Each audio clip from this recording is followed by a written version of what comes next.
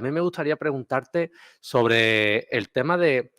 Israel, ¿no? Porque parecía que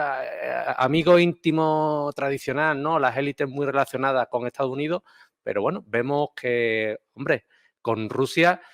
ha habido una posición clara, pero no está siendo muy determinante el papel de Israel, incluso a los primeros momentos, no sé ya cómo estará la cosa, pero a los primeros momentos también se mostraron reacios a mandar armas a Ucrania y cuando Zelensky estuvo en el Parlamento de Israel, tampoco fue acogido como aquí, como en España, que... Entonces,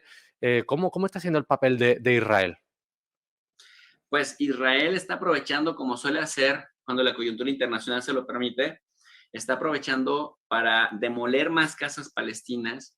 está aprovechando para violentar más agresivamente a la población palestina de Jerusalén Este, que es la tierra que siguen conquistando progresivamente los israelíes. Y me parece que se aprovechan también de que muchos grupos pro Israel dominan en España, en Francia, en Australia, en los países occidentales importantes, en México mismo, en Canadá,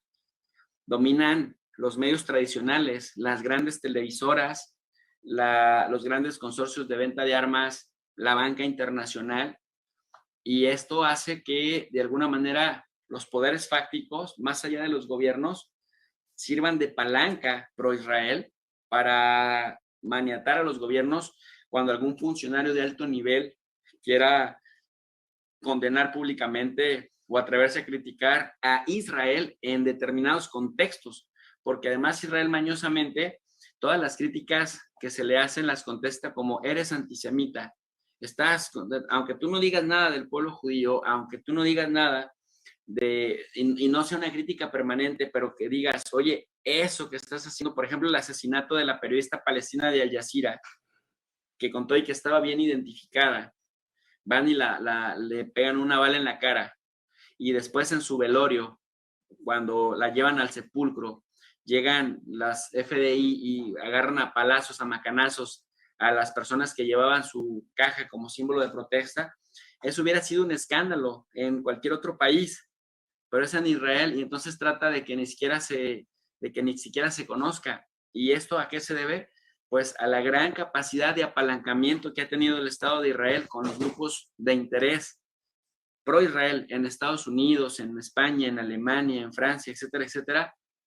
en México, bien ubicados en tres sectores: en las empresas que venden armas y fabrican armas y las comercializan, en los medios de comunicación tradicionales de gran alcance, con grandes coberturas, y en la banca internacional. Entonces, estos poderes fácticos maniatan a los gobiernos y le puede costar la carrera política a cualquier funcionario que se atreva a posicionarse públicamente con una crítica en contra de Israel. Pero Israel sí aprovecha las coyunturas internacionales para avanzar, que también es parte, Miguel, de lo que los padres fundacionales de Israel hacían. Es decir, había una gran disputa entre los que seguían a Ben Gurión, del Partido Laborista, que después fue el partido, digamos, el socialismo sionista, versus el revisionismo sionista que decían los que en ese tiempo tuvieron más éxito, que eran el sionismo socialista de Ben Gurión y de Menahem, de Golda Meir, ¿no? Que decían, no vamos a conquistar toda Palestina porque sería una condena de la comunidad internacional, pero cada que la comunidad internacional nos dé un contexto en donde estén volteando para otro lado, nosotros vamos a seguir avanzando en la destrucción de casas palestinas, en la destrucción de olivos palestinos y en la política de hechos consumados, que significa tierra que ganamos, tierra que nunca devolvemos. Y eso es lo que está pasando.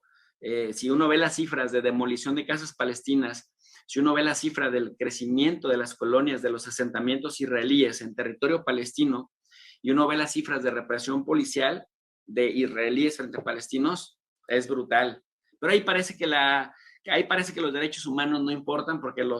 Israel los interpreta como quiere. Ahí parece que la represión no importa. Ahí parece que el saqueo y pues la brutalidad con la que se roban la tierra de los palestinos no importa. Ya estamos acostumbrados desde hace 60 años a escuchar las mismas noticias y parece que solamente fuera una actualización de la década de los años 60, 70 y 80, Miguel.